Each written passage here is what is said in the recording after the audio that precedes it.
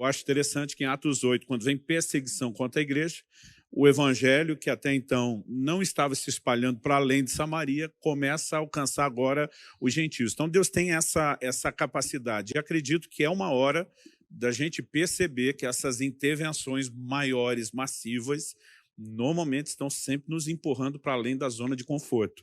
Então eu acredito nisso de todo o coração. Se em algum momento você quiser, a gente volta nisso, né? Mas eu queria já abrir esse ponto da conversa para algum momento, porque eu acho também muito importante. Bom, uma coisa que é importante quando você passa por uma mudança e que você percebe que é inevitável, o mundo não vai ser mais o mesmo, gente. Não vai voltar a ser. E a discussão entre todos os pastores do mundo inteiro é: será que a igreja vai voltar a se reunir em casa cheia, como era antes? Eu até acho que vai.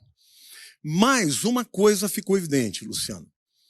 Todas as pessoas com as quais eu falei reconheceram uma coisa: existe uma multidão muito maior lá fora do que dentro das igrejas. E no final do culto, uma senhora dessas mais antigas, bem conservadoras, me procura e ela diz: Deus quer que você volte a usar a Bíblia de papel. Né? Eu prefiro sempre manter o meu coração aberto, porque assim, quando eu carregar a minha Bíblia de papel, eu lia mais do que a digital. Mas eu precisei segurar a tentação que me deu de dizer para ela que nem a dos apóstolos, porque eles não tinham a Bíblia de papel. Né? Então, assim, aquilo que para ela era a coisa conservadora para a qual eu tinha que voltar, ela nos foi dada depois de Gutenberg. Né? Estamos falando de 500 anos atrás. Então, nos primeiros 1.500 anos de história da igreja, eles não tinham essa Bíblia impressa. Então, um dia isso já foi inovador, como a Bíblia digital é agora. E às vezes as pessoas não pensam, né, que mesmo que os nossos valores não mudem como princípio, a maneira de executar depende do mundo em que nós estamos inseridos. Né? Então, com toda certeza, se a gente, o olhar sociológico que você falou da coisa, vamos olhar para o mundo. Né? Um dos experts na área social, a mídia social que eu entrevistei nesse GKPN, ele citou uma coisa que eu achei muito interessante, Luciano. Ele falou que o Martinho Lutero só conseguiu propagar a reforma protestante por conta de duas coisas. Ele falou: vamos tirar de lado a graça de Deus, que é o principal, tá?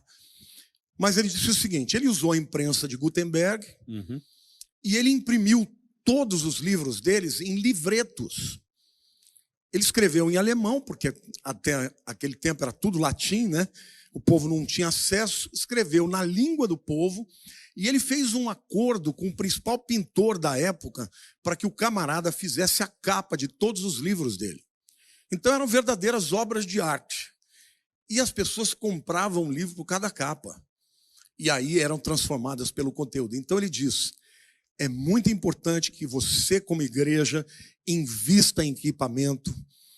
É mais importante agora você ter equipamentos de qualidade, pessoas bem treinadas para que você possa levar um conteúdo maravilhoso, mas que tenha uma forma maravilhosa, interessante, agradável, para que você atinja aquela pessoa que jamais entraria num templo, mas que vai ouvir aquela música, aquele vídeo e vai. Por exemplo, os vídeos do Subirá são maravilhosos. Você tem vontade de assistir porque o fundo, né, onde ele viajou lá, e você sempre tem essa preocupação. Eu ainda tenho que melhorar muito nisso aí, porque eu sou meio relapso. Eu faço vídeo na hora que eu tiver, onde eu tiver. Mas a dica que eu quero dizer para vocês todos: invistam nisso.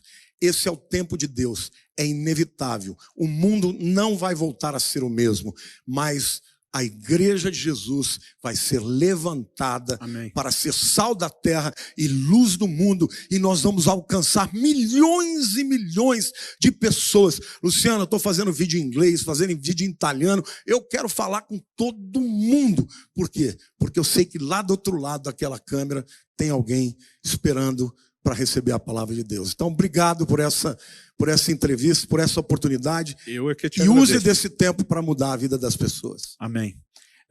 Essa menção que você fez de Gutenberg precisa nos lembrar algo. Sempre que Deus está preparando um cenário de propagação da palavra de forma distinta, ele permitia essas mudanças. Então, antes de Cristo vir, o Império Grego, que já era o terceiro mundial, cria uma língua, uma cultura, Roma abre caminho e daqui a pouco o evangelho tem tanto uma língua como acesso para o mundo inteiro. O que foi falar de Gutenberg, logo na reforma a Bíblia é popularizada, devolvida da mão do povo. Agora, estamos vivendo um momento que se aproxima de cumprimentos de profecias gloriosas sobre a igreja, e a gente tem essa digitalização da comunicação, né? E não podemos ignorar isso. Gente, é a nossa hora, vamos cair para cima.